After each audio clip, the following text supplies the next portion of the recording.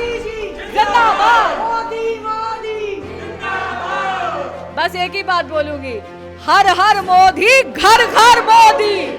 मेरी माटी मेरा देश, ये एक ऐसा प्रोग्राम है जिसके तहत हमारे यशस्वी प्रधानमंत्री जी ने आह्वान करा है कि हर घर से एक मुट्ठी माटी अमृत कलश के से, और जहाँ पे माटी नहीं है वहाँ अक्षत नहीं तो पुष्प, हर भारतीय योगदान करे और पूरे भारत से अमृत कलश आएंगे और नेशनल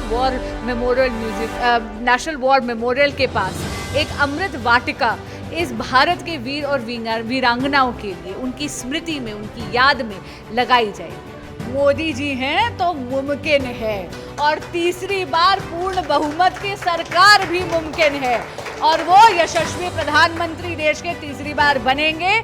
आज हम 5th लार्जेस्ट इकोनॉमी है, उन्होंने वादा करा है, मोदी जी ने गारंटी दी है, इसके बाद हम विश्व की तीसरी लार्जेस्ट इकोनॉमी बनेंगे। और ये जो आप जन सैलाब देख रहे हैं, भीड़ है, ये जो जनता है, भारत का एक एक जन, एक एक भारतीय, ये है हमारी रणनीति।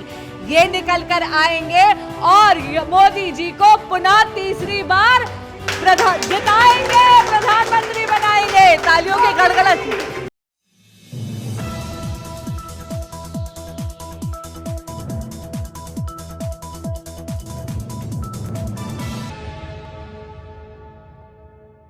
नमस्कार, स्वागत है आप सभी का एनबीसी भारत पर। मैं हूं आपके साथ मयंक तिवारी। इस वक्त हम हौज खास कॉन्स्टिट्यूंसी में मौजूद हैं, पश्चिम मोड़ में।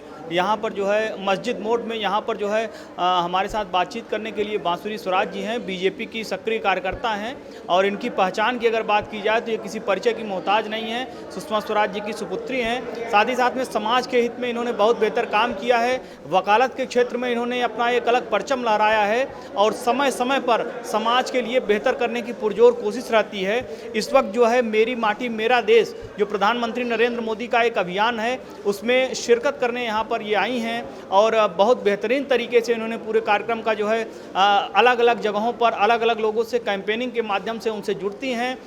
लोग जो है जिस तरह से सब सारी चीज़ें होनी चाहिए, मिट्टी जो है कलश में डालते हैं, उसमें उस अभियान में भारी तादाद में लोग यहाँ पर जुड़ते हैं, और निश्चित रूप से ये काफ़ी लंबा सफ़र रहता है। और इस पूरे लंबे सफ़र का इन्होंने बहुत ही एकदम जुझारूपन तरीके से, बिल्कुल कहीं से ये समझ में नहीं आया कि बिल्कुल कोई ऐसा नेता है जो ज़मीन से ना जुड़ा हो। बिल्कुल पूरी तरह से इन्होंने सब सारी चीज़ें अपना जो है पूरी एनर्जी अपनी इन्होंने लगा दी, और इस कार्यक्रम को बेहद शानदार तरीके से इन्होंने सफल बनाया। मैम, आपका बहुत बहुत स्वागत है एनबीसी भारत पर।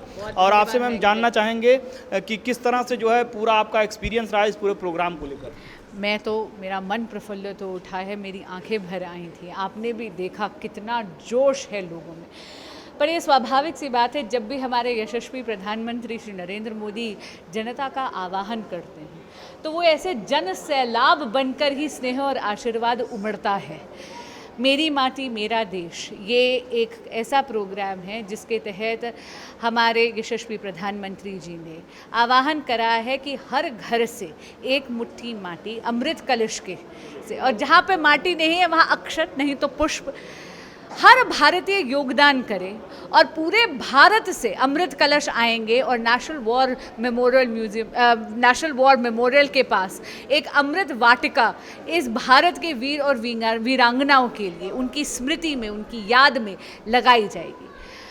देखिए, मिट्टी का बहुत ज़्यादा महत्व रहा है। ये नश्वर शरीर भी मिट्टी से ही बना है, और मैं आपको सच कहूँ, कोई बहुत घोर तप करा होगा जो आप और मैं और हम सब जो यहाँ मौजूद हैं वो भारतीय बनकर पैदा हुए, और ये नश्वर शरीर हमारा भारत की मिट्टी से बना है, क्योंकि ये अर्पण की भूमि है, ये तर्पण की भूमि है, ये वीर वीरांगनाओं की भूमि है, और ये वो भूमि है जिसके संस्कार हमारी रगों में दौड़ते हैं।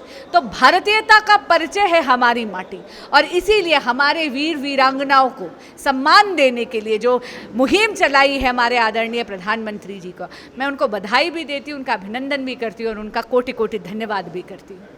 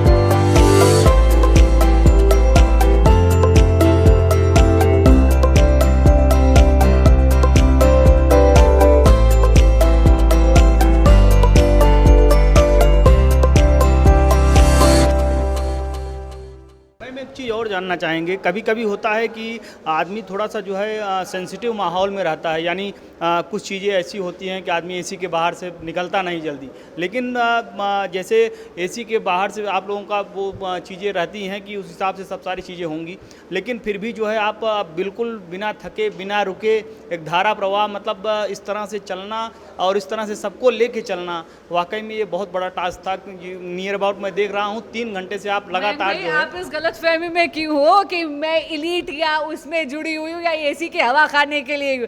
अरे इसी भूमि में तपी हूँ, जली हूँ, और मेरी माँ ने ये इंश्योर करा था। हमारे यहाँ कहते हैं ना, सोना जितना तपता है उतना प्रखर निखरता है। संस्कारों की उन्हीं संस्कारों में जो सुषमा स्वराज के संस्कार थे, उसी अग्नि में तपी हूँ और सुप्रीम कोर्ट में वकील हूँ। ना गर्मी से डर लगता है, ना धूप से डर लगता है, ना पसीने से डर लगता है, ना किसी बोझ को उठाने में डरती हूँ। और एक बात और बताऊँ, ये जनता है ना, जब ये आशीर्वाद और स्नेह देती है तो वो टॉनिक बन के बढ़ता है और आपकी शक्ति और प्रबल करता है।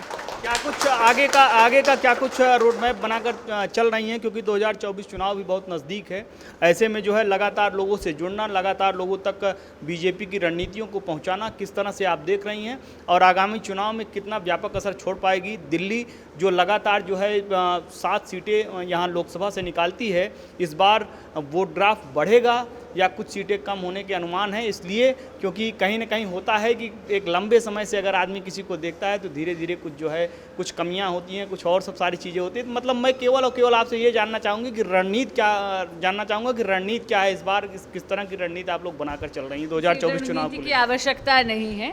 मोदी जी हैं तो मुमकिन है, और तीसरी बार पूर्ण बहुमत की सरकार भी मुमकिन है, और वो यशस्वी प्रधानमंत्री देश के तीसरी बार बनेंगे। आज हम 5th लार्जेस्ट इकोनॉमी है, उन्होंने वादा करा है, मोदी जी ने गारंटी दी है, इसके बाद हम विश्व की तीसरी लार्जेस्ट इकोनॉमी बनेंगे। और ये जो आप जन सैलाब देख रहे हैं, भीड़ है, ये जो जनता है, भारत का एक एक जन, एक एक भारतीय, ये है हमारी रणनीति। ये निकल कर आएंगे और मोदी जी को पुनः तीसरी बार जिताएंगे, प्रधानमंत्री बनाएंगे। तालियों के गड़गड़ाहट।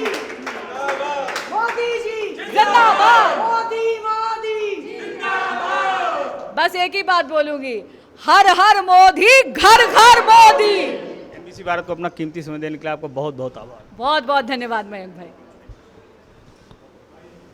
अजय मैम।